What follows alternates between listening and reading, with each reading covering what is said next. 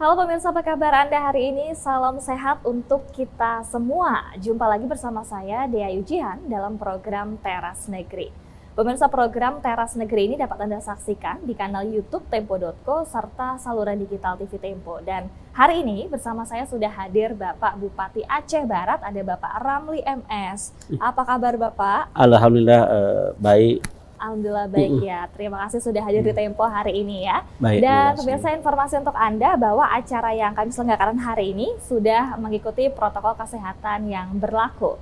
Dan sebelum berbincang nanti dengan Bapak Ramli, saya akan terlebih dahulu Pak membacakan profil singkat Bapak ya. Iya. Pemirsa, Bupati Aceh Barat, Bapak Ramli MS ini lahir di Desa Kajeng, Kecamatan Sungai Mas, Kabupaten Aceh Barat, Aceh, tanggal 15 Mei 1964. Beliau memiliki latar belakang sebagai pendidik dan sejak tahun 1986 Bapak Ramli ini menjadi seorang guru di SDN Kajeng hingga menjadi seorang kepala sekolah. Beliau menjadi pegawai Dinas Pendidikan dan Kebudayaan Cabang 4 dari tahun 1996 hingga 1999 dan menjabat bupati untuk periode pertama di tahun 2007-2012. Pada periode pertama beliau menjabat sebagai Bupati Aceh Barat. Bapak Ramli ini maju bersama dengan Fuadri sebagai wakilnya. Dan di tahun 2017, Bapak Ramli kembali mencalonkan diri sebagai Bupati Aceh Barat dengan wakilnya Banta Putesya. Nah, pada pencalonan keduanya ini, ia kembali memenangkan Pilkada Aceh Barat dengan perolehan suara 52.538 suara atau sekitar 49,95%. Dan akhirnya kembali menjabat sebagai Bupati untuk periode 2017-2022.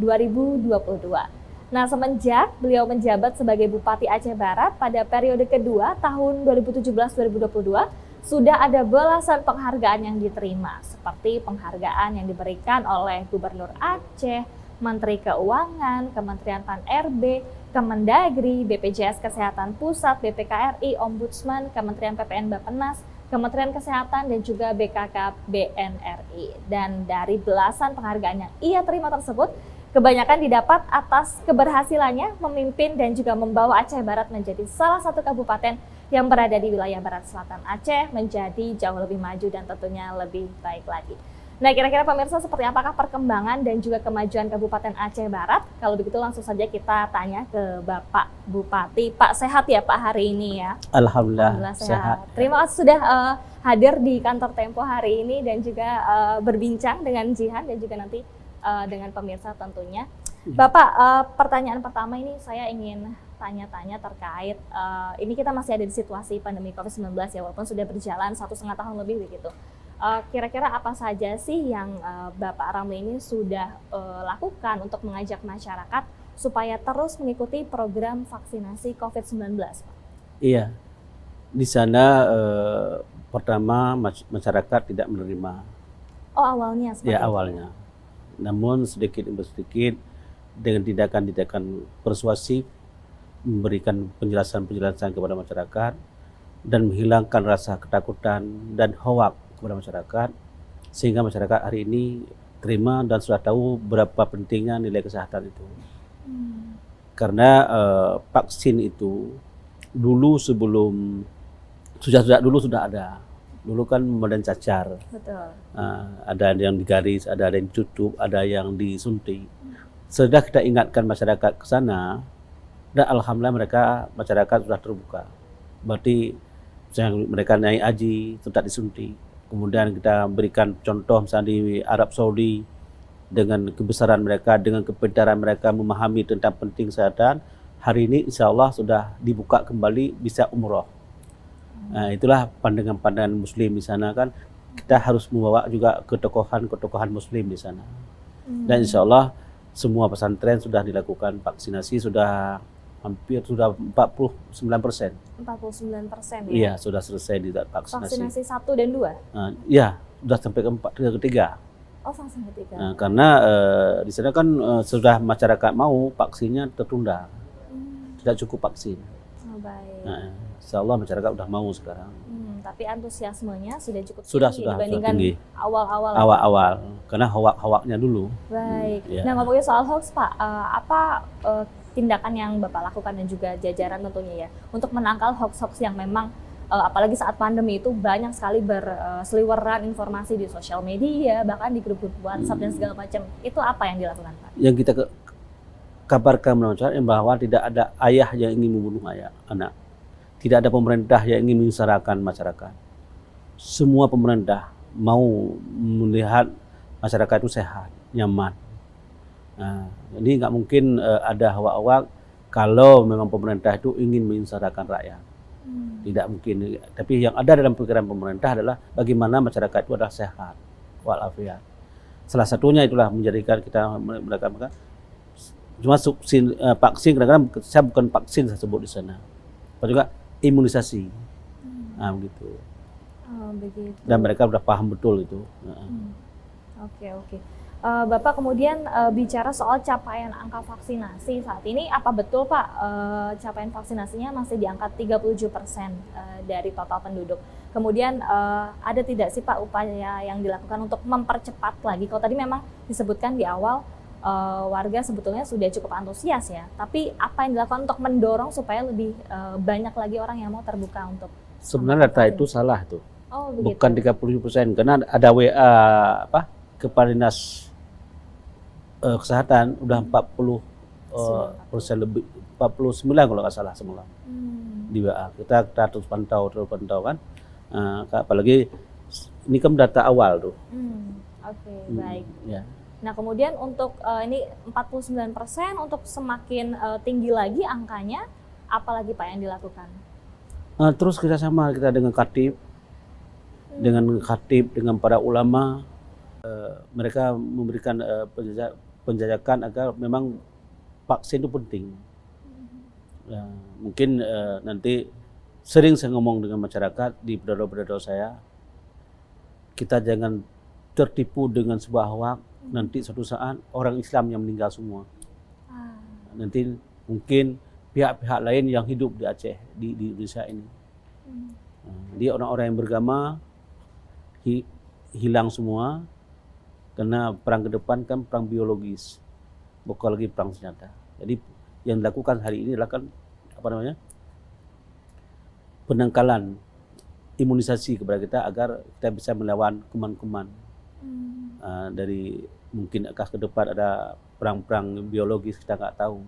Oke, baik. Jadi pendekatannya itu yang dilakukan kepada masyarakat. Ya, termasuk para khatib di siap-siap khutbah mereka melakukan itu. Oh begitu. Iya. Supaya lebih menyasar ke masyarakat di daerah-daerah. Di masjid-masjid. Oke, baik. Malah vaksin ini sering kita lakukan di masjid-masjid. Oh, dilakukan di masjid-masjid. Iya. Oh, baik.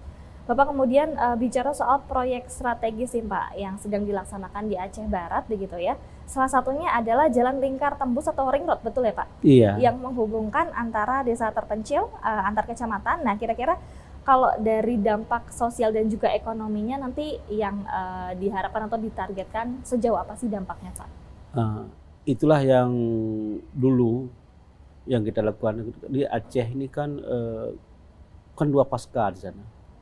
Pasca konflik dan pasca tsunami. Pasca tsunami sampai sekarang masyarakat masih belum terbentuk kuat ekonomi mereka.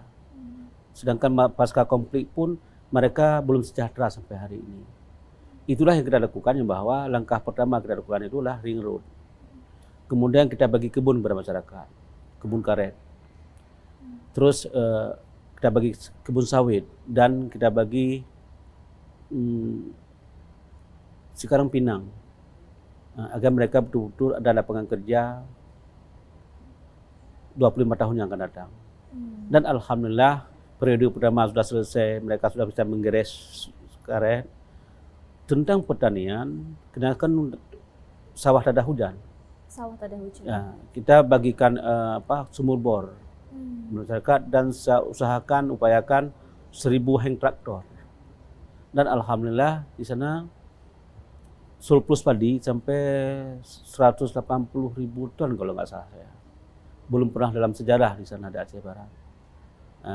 Mungkin ini salah satu upaya kita agar mendongkrak, agar masyarakat mau. Bukan masyarakat nggak mau, karena dulu kan bagaimanapun kan dengan bajaknya dengan kerbau. Tapi hari ini pemerintah berkorban sedikit tapi rakyat yang menjadi menikmati rasa nikmat kemerdekaan itu.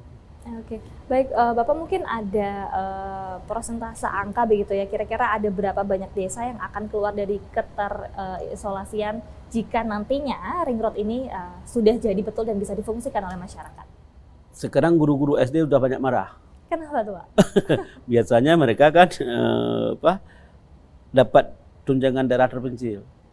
Tapi dengan kejadian ring road yang kita lakukan ini, sudah aspal hitam semuanya, udah hitam semua jalan. Jadi mereka kan nggak mungkin lagi daerah terpencil. Sudah 30 menit dari biasanya 3 jam dari Melabuh ke ibu kota kabupaten ke desa, sekarang hanya 1 jam. Jadi kan bukan lagi daerah terpencil. Jadi itu banyak proyek-proyek. Alhamdulillah dulu saya pikir masyarakat Aceh Barat miskin, tapi setelah kita bangun jalan itu, dulu sampan mesin, kerang nggak ada pakai sampan mesin, mereka beli mobil, beli motor kan, kendaraan. jadi kendaraan semua itu udah luar biasa, dan bangun rumah luar biasa dengan adanya jalan itu. Nah, berarti perekonomian masyarakat sudah luar biasa hari ini. Artinya cukup signifikan ya Pak. Dan sangat menarik bagi saya. Dulu kan saya ada gratiskan raskin. Ketika SUS Plus ini, mereka nggak mau lagi menerima beras raskin gratis itu. Tidak mau lagi? Nggak mau lagi. Nah, cuma kita masih upayakan juga, karena Aceh kan masalah hanya masih gratis pulang sekolah, masih kita gratiskan SD SMP. Itu. Baik.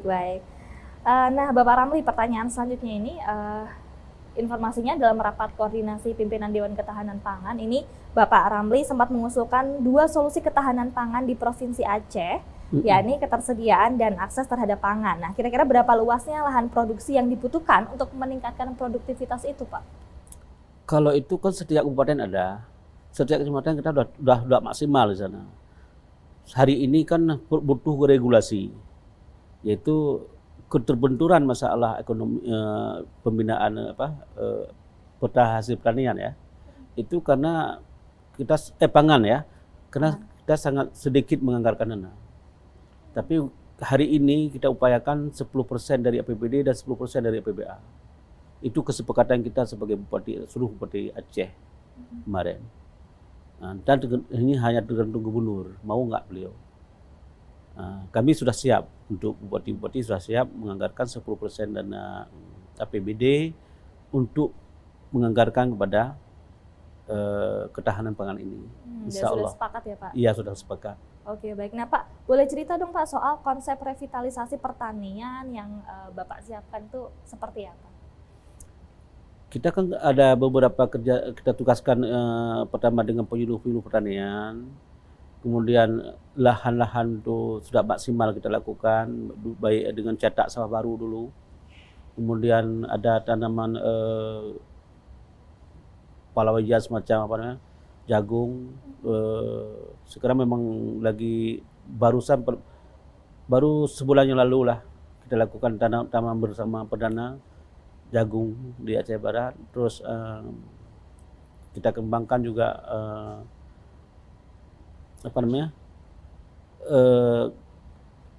untuk masyarakat yang di perkampungan itu kita upayakan berikan dana melalui dana pedesa, kegiatan-kegiatan PKK itu membuat perkarangan rumah itu perkarangan rumah mereka itu menjadi daerah menjadi lahan palawija, sayur-sayuran. Dan banyak kecil-kecil sana sekarang sudah jadi agen sayur. Jadi masyarakat hidup semuanya dikembangkan demikian. Juga tanaman juga kita berikan bantuan melalui kacang tanah untuk selingan ya padi. Kalau mereka nggak padi, kita berikan suruh tanam jagung. Bapak mohon maaf, saya kurang tahu di Aceh Barat seperti apa. Tapi apakah didominasi oleh dataran tinggi atau seperti apa sih Pak? Dua bagian, dataran tinggi dan rendah. Jadi rendah. Campur begitu ya. Tapi lebih luas dataran tinggi di sana. Oke, baik. Nah, Bapak ini katanya Pak Ramli sempat menargetkan Meulaboh menjadi kota investasi dan juga industri terbesar di wilayah pantai barat selatan Aceh pada 2024. Betul tidak, Pak? Betul. Nah, apakah syarat-syarat sebagai kota investasi dan industri ini telah dipenuhi oleh Meulaboh atau bagaimana? Ya, yang pertama sekali saya melihat daerah-daerah yang terisolir, masyarakat kampung dan di kampung sudah ada pekerjaan semuanya. Kemudian lahan pertanian pun juga bagus. Terus di sana kan ada karet sudah banyak ditanam. Mungkin ke depan, bukan mungkin ya, sudah bisa ke depan kita ambil dana APBD untuk bikin pabrik ban misalnya, untuk bikin keram rubber misalnya ke kawasan industri. Kalau sekarang kan nggak mungkin. Kalau kita sekarang ambil dana APBD untuk bikin pabrik ban misalnya, kan belum tertutupi, mencukupi masyarakatnya. Tapi hari ke-24 sudah selesai insya Allah. Oh, 2024 rencananya targetnya sudah selesai semua itu ya? Sudah selesai semua untuk yang kita bangun. Cuma hanya di sana sini, karena yang namanya kan perbaikan-perbaikan, ada yang kerusakan dan sebagainya. Tapi bukan lagi program-program yang sangat esensial. Tapi sudah program melanjut, bukan lagi dari awal. Bukan lagi program yang dasar. Jadi ke depan sudah bisa kembangkan daerah Aceh Barat itu menjadi kawasan industri dan pariwisata. Termasuk masyarakatnya juga sudah cukup antusias untuk menyambut itu, Pak. Iya, karena kan yang namanya masyarakat kan tinggal tunggu dia. Hari ini kan banyak penghasilan masyarakat, tapi kita jual kemana? Tapi dengan ada pengembangan kawasan industri, insya Allah mungkin akan akan buka lapangan kerja yang sangat luas di sana. Amin. Hari ini kan mereka Aceh Barat kan hanya sebagai pekerja. Tapi sedangkan penampung dan sebagainya itu semuanya ke Medan. Jauh sekali. Jadi dengan adanya program-program kita buka industri, baik pun CPO misalnya kan, dan pabrik CPO dan pengembangan pabrik ban itu mungkin akan mengundang tenaga kerja yang lebih. Itu dari Aceh Barat. Jadi mendekatkan pasar kepada masyarakat. Iya. Gitu, ya? Iya. Baik. Bapak, belum lama ini Bapak Ramli ini belum lama ini di Aceh Barat ini pemirsa menjadi tuan rumah Kongres Santri Pancasila se-Aceh, betul ya, Pak? Iya. Kenapa tuh, Pak? Akhirnya yang melatar belakangi menerima menjadi tuan rumah? Bukan menerima, memang program kita. Oh, memang program. Saya melihat begini, rasa persatuan, rasa pengalaman ideologi, baik ideologi negara, ideologi agama, hari ini kan sudah pupus, mulai rasa hilang di dada masyarakat Indonesia, luntur. Disebabkan karena mungkin hal ini disebabkan pertama gara-gara pemilu, apakah pemilu legislatif atau eksekutif, pilkada dan sebagainya, itu sekali pupus. Saya sangat melihat di sana sekali pilih kepala desa, sekali hilang rasa persatuan dan kesatuan.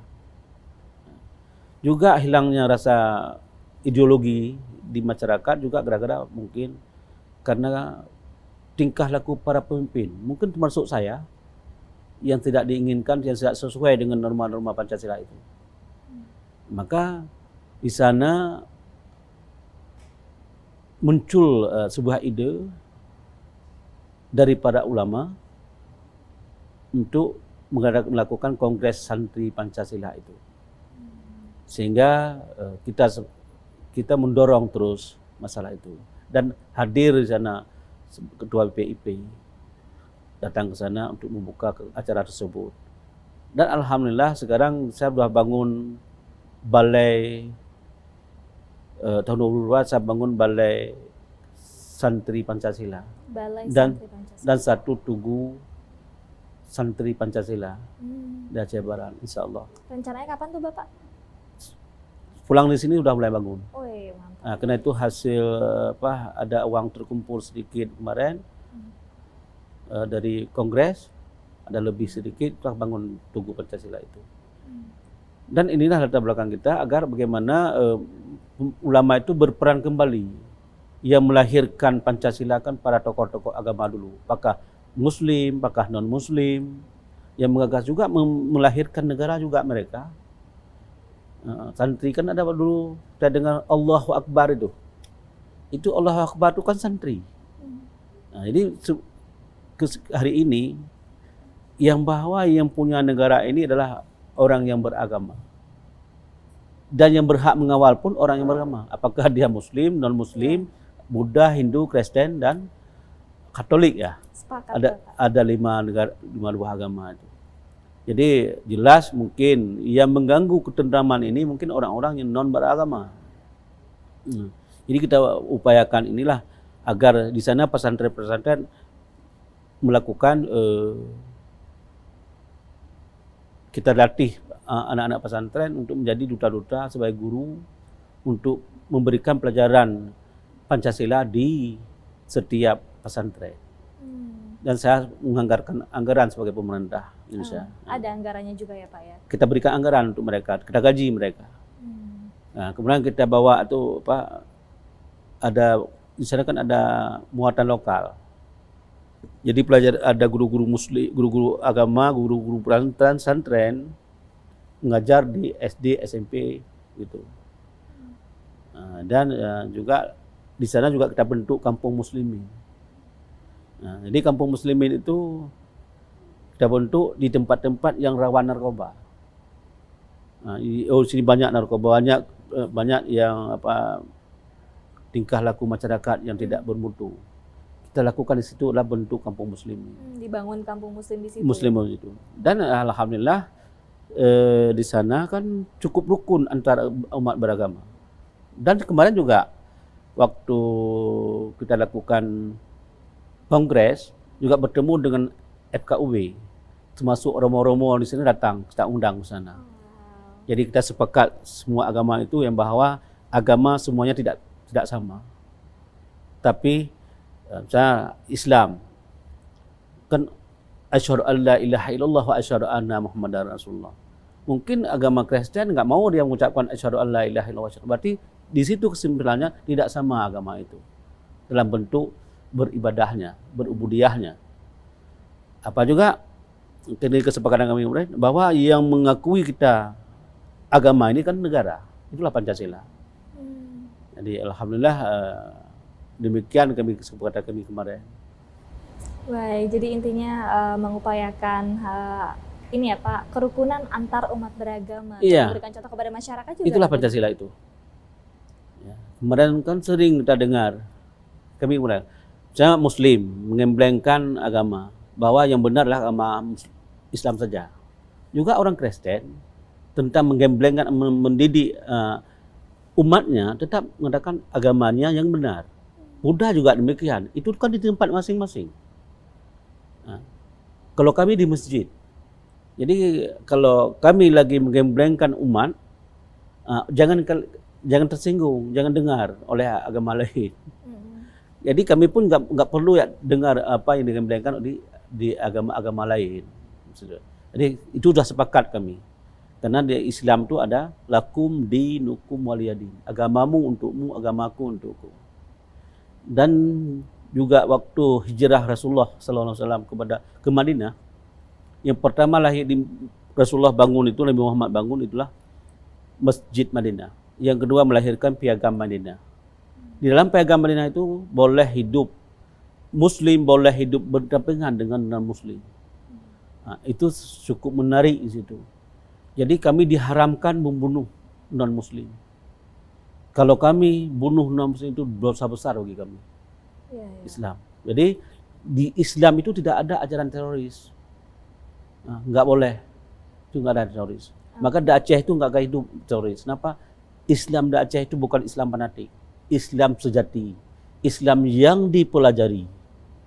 Nah, merasa nyaman di sana.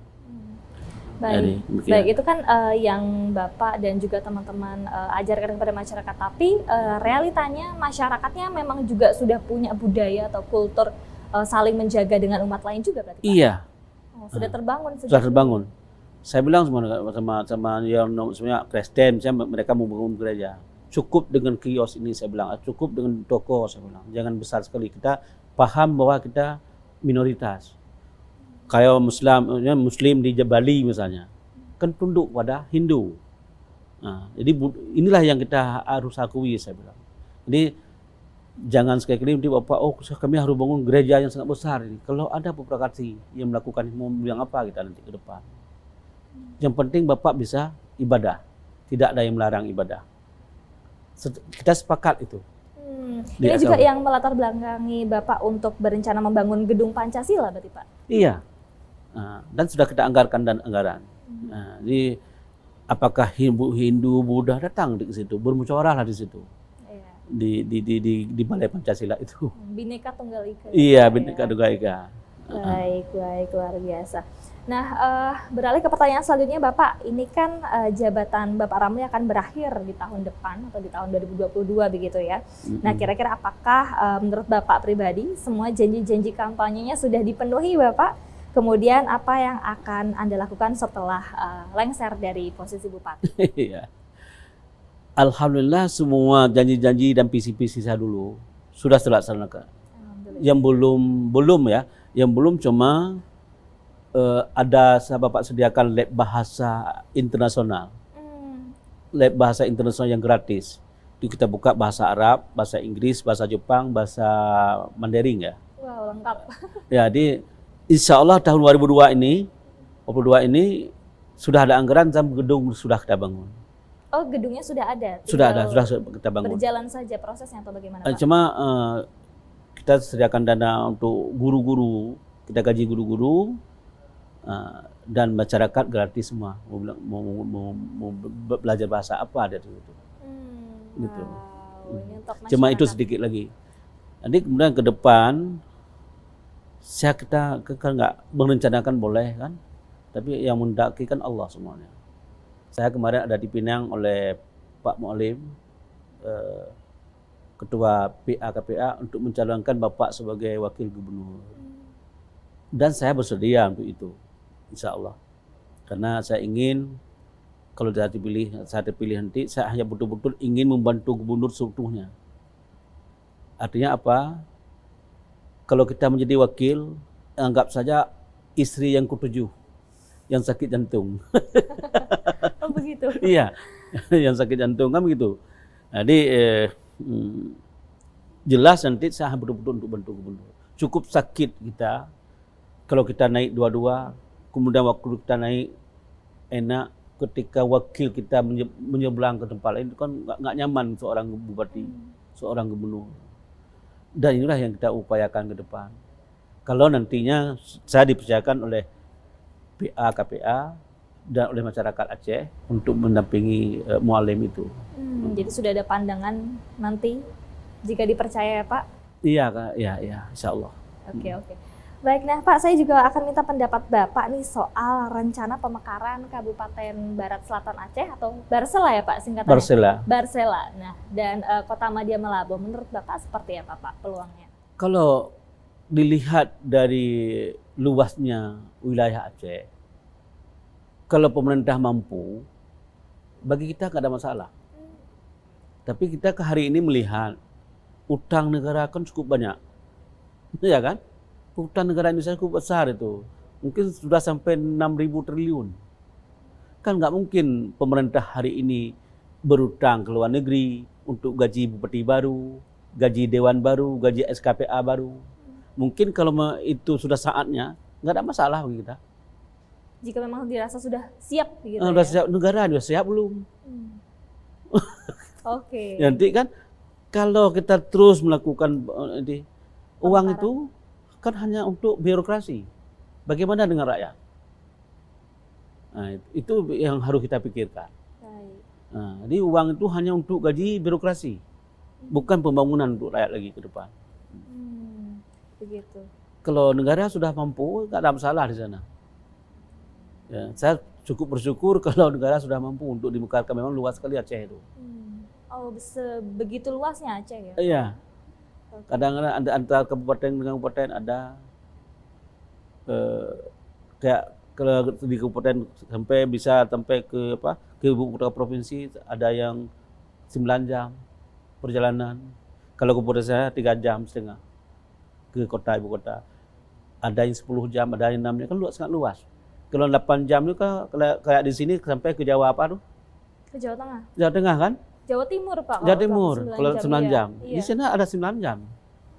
Gitu. Baik. Jadi artinya catatannya adalah mendukung jika negara itu sanggup. Nah gitu. Jangan sampai berutang negara itu gara-gara birokrasi. Sayang. Baik. Tapi boleh berutang negara ini untuk rakyat. Bikin jalan untuk kemakmuran dan sebagainya. Irigasi aja belum selesai kita di sana. Semacam irigasi Luk Uji kan. Di Aceh Barat belum selesai. Udah puluhan tahun itu. Jadi artinya masih banyak catatan sebetulnya. Masih banyak catatan nasional yang harus diselesaikan di Aceh. Gitu. Baik. Nah, Bapak Ramli, saat ini kita sudah ada di penghujung acara. Namun sebelum saya tutup, saya akan mempersilakan Bapak Ramli untuk memberikan pernyataan penutup berupa harapan-harapan atau pesan-pesan yang ingin disampaikan kepada masyarakat Aceh Barat. Silakan Bapak. Yang pertama sekali saya mengharapkan berpesan kepada masyarakat Aceh Barat. Yang pertama sekali kita bersyukur hidup di sebuah negara yang berdaulat ini, yaitu negara berdasarkan Pancasila. Juga kita dulu konflik, sekarang nggak konflik lagi karena ada MOU Helsinki. Juga menurut penilaian saya bahwa MOU Helsinki adalah merupakan pengemalan Pancasila juga. Itulah yang kita harus hargai, usaha pemerintah agar di Aceh bisa teredam sebuah konflik, tidak lagi hidup dalam huru-hara.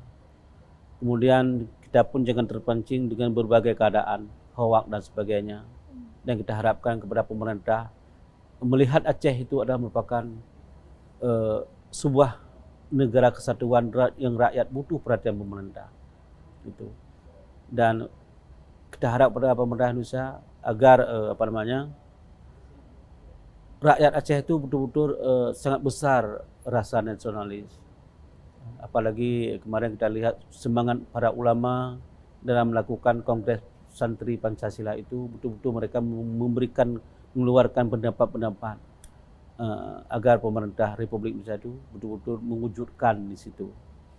Dan kemudian saya mengharapkan kepada semua masyarakat Aceh Barat agar memohon kepada Allah dijauhi dari berbagai mara bahaya. Amin. Dan terlepas daripada cobaan Allah, inilah pandemi ini, COVID-19 ini, mudah-mudahan rakyat kita semua senang, semua negara rukun dan damai untuk selama-lamanya.